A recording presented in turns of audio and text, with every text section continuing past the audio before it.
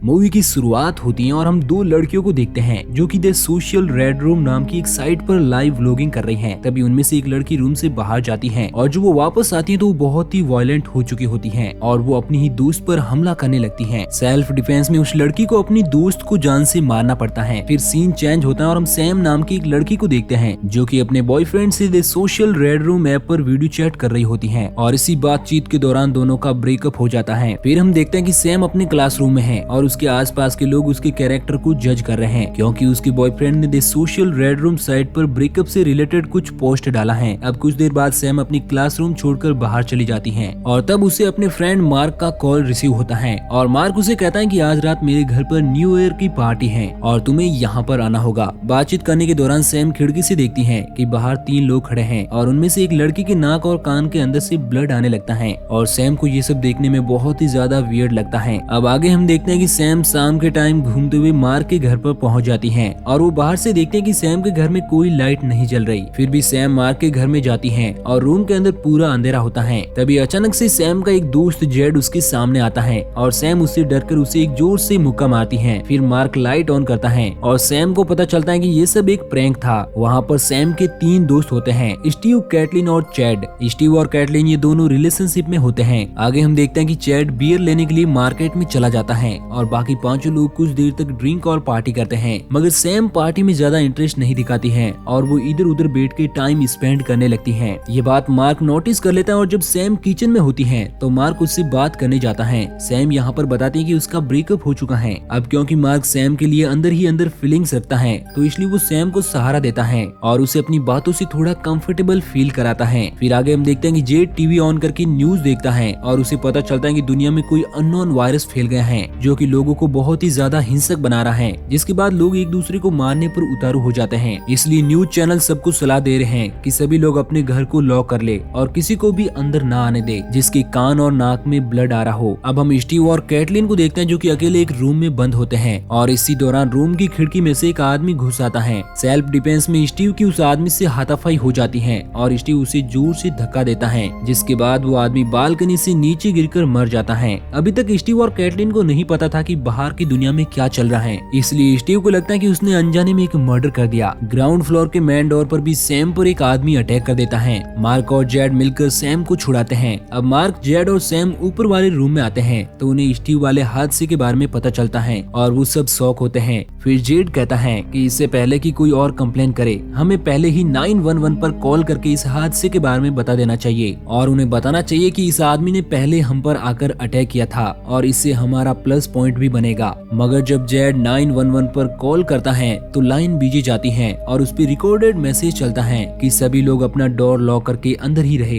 इसका मतलब है कि दुनिया में बहुत बड़ी समस्या खड़ी हो गई है और ये सब न्यूज पे चल रही गाइडलाइंस को याद करने लगते हैं। पहले तो ये सब नीचे ग्राउंड फ्लोर पर आते हैं और उन्हें खिड़की से पुलिस कार की रेड लाइट दिखती है और कुछ ही सेकंड बाद गन फायर की भी आवाज सुनाई देती है। ये सब जमीन पर लेट जाते हैं और मार्क कहता है कि सारी लाइट्स बंद कर दो और सब शांत रहो। सब जमीन पर बैठे ही होते हैं कि तभी खिड़की में से एक आदमी घर में घुसने की कोशिश करता है और जेड उसे धक्का मारकर खिड़की बंद कर देता है। अब स्टीव मार्क से कहता है कि ये सब रुकने वाला नहीं है। अब सारे दोस्त मिलकर सभी खिड़की और दरवाजों को लकड़ी के फट्टे लगाकर सील कर देते हैं। आगे हम देखते हैं कि सैम वॉशरूम में है और फ्रेश होते वक्त उसे थोड़ा चक्कर आता है और वो थोड़ी सी वॉमिटिंग भी करती है और इसे पता चलता है कि सैम की भी तबीयत थोड़ी खराब है। नेक्स्ट सीन में हम देखते हैं कि स्टीव मिरर के सामने खड़ा है और उसे पहली बार हेलुसिनेशन का एहसास होता है और उसे लगता है कि उसके फोन से ऑक्टोपस जैसा कोई जीव बाहर आकर उसे पकड़ना चाहता है। तभी झटके से वो होश में आ जाता है। अब हम जेड को देखते हैं जो कि अपने फ्रेंड से वीडियो कॉल पर बात कर रहा है और उसका फ्रेंड जेड को कुछ वीडियोज लिंक्स भेजता है जिससे जेड को पता चलता है कि असल में इस वायरस की सिम्टम क्या है और ये उसी लड़की की वीडियो होती है जिसे हमने मूवी की शुरुआत में देखा था। यहाँ पर जेड को पता चलता है कि ये वायरस जिसे भी कैप्चर करेगा उससे पहले हेलुसिनेशंस होगी और फिर उसके नाक और कान से ब्लड आने लगेगा और उसकी थोड़ी देर बाद वो हिंसक ज़ॉम्बी जैसा बन जाएगा। आगे हम देखते हैं कि घर की मेन डोर पर कोई दस्तक देता है और ये कोई और नहीं बल्कि मार्क का फ्रेंड चैड होता है। चैड के नाक और कान से ब्लड आ रहा होता है। मार्क दरवाजा खोलने के लिए जाता है मगर जेड उसे रोक देता है और कहता है कि अगर वो अंदर आया तो हम सब इन्फेक्टेड हो जाएंगे और बाकी सब फ्रेंड भी जेड से सहमत होते हैं और मार्क को दरवाजा खोलने से रोक लेते हैं। फिर हम देखते हैं कि मार्क अपने ऊपर बहुत ज्यादा गुस्सा करता है क्योंकि वो अपने दोस्त की मदद नहीं कर पाया। तब सैम उसे समझाती है और उसे नॉर्मल करती है। तभी सैम को दोबारा वॉमिट होती है और मार्क को लगता है कि सैम इन्फेक्टेड है, मगर सैम यहाँ पर खुलासा करते हैं कि वो असल में प्रेग्नेंट है। आगे हम देखते हैं कि वॉशरूम में स्टीव के मुंह से ब्लड आने लगता है और वो अपना ब्लड साफ कर लेता है और किसी को भी ये बात नहीं बताता। फिर हम कैटलिन को देखते हैं जो कि सैम से बात करने आती है, मगर इसी दौरान उसे भी एक हेलुसिनेशन का एहसास होता है और उसे लगता है कि उसके मुंह में से एक बहुत लंबा कीड़ा निकल रहा है जो कि वो एक ब्लेड से काट देती है। और तभी वो अचानक से हेलुसिनेशन से बाहर आती है और देखते हैं कि सब लोग उसे देख रहे हैं। जेड कहता है कि हमें इस पर भी नजर रखनी चाहिए क्योंकि इसमें भी एक सिम्टम आना शुरू हो गया है। आगे हम देखते हैं कि स्टीव मार्क के पास आता है और कहता है कि कैटलिन का ख्याल रखना,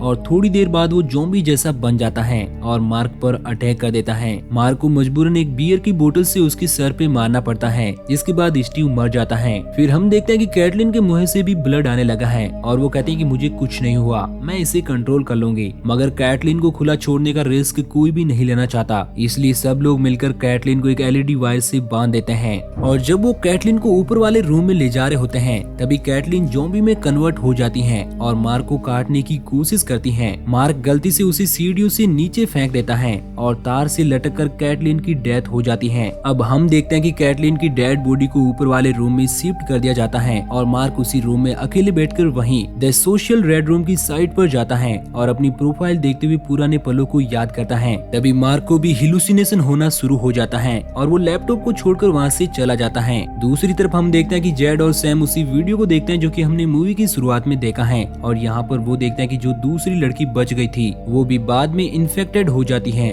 और वो भी मारी जाती है। सैम ये सीन देखकर वहाँ से चली जाती है और मार्क के पास आकर देखती है कि वो ऑनलाइन न्यूज देख रहा है और यहाँ पर उन्हें पता चलता है कि the social red room site जिसने बनाया था उसे गिरफ्तार करते टाइम पब्लिक में से किसी आदमी ने उसे गोली मार दी। और वेबसाइट एक्सप्लोर करते टाइम मार्क और सैम देखते हैं कि कैटलिन और स्टीव की आईडी ऑनलाइन है और उसमें लाइव वीडियो भी चल रही है। और जब सैम कैटलिन की आंखों के सामने अपना हाथ हिलाती है तो वो हाथ लैपटॉप की स्क्रीन पर दिखता है। अब यहाँ पर हमें पता चलता है कि ये जो वायरस है वो the social red room website से डिजिटल फॉर्म में आया है और फिर वो किसी तरह बायोलॉजिकल फॉर्म में कन्वर्ट हो गया है जो कि लोगों के दिमाग में घुस चुका है और मरे हुए लोगों की आंखें वेबसाइट के लिए कैमरा की तरह काम कर रही हैं। अब हम देखते हैं कि मार्क सैम को बताता है कि मुझे भी हेलुसिनेशन आने लगे हैं और मैं भी इन्फेक्टेड हो चुका हूँ। सैम ये सुनकर दुखी हो जाती है और कहते हैं कि तुम्हें कुछ नहीं हो सकता, हम इससे बचने का कोई ना कोई रास्ता जरूर ढूंढ लेंगे। अब हम देखते हैं कि सैम और मार्क नीचे आते हैं और जेड एक चाकू लेकर मार्क को दूर रहने के लिए कहता है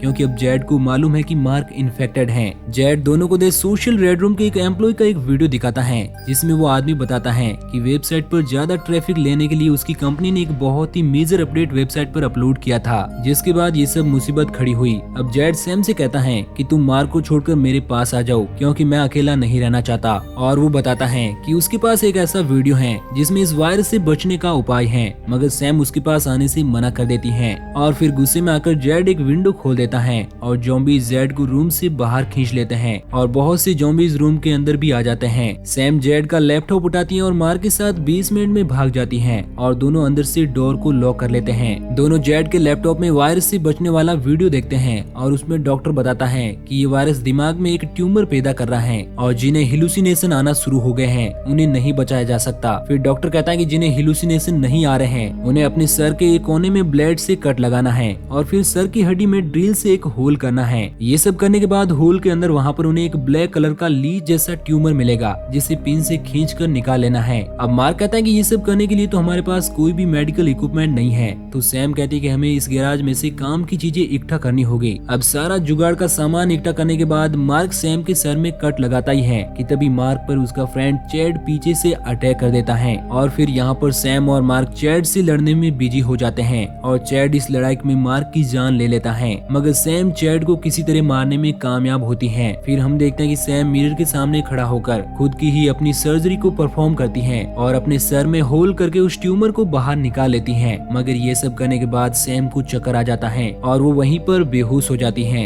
जब सैम को सुबह होश आता है और तब वो एक कुल्हाड़ी को लेकर बाहर जाती है और देखते हैं कि बाहर बहुत से लोग मर चुके हैं और बहुत सारे लोग ज़ॉम्बीज बन चुके हैं और इसी सीन के साथ ये मूवी यहीं पर एंड हो जाती है। तो दोस्तों आपको ये कहानी कैसी लगी नीचे कमेंट करके जरूर बताना और इसी तरह की कहानियों के डेली डोज के लिए हमारे चैनल को सब्सक्राइब जरूर करना।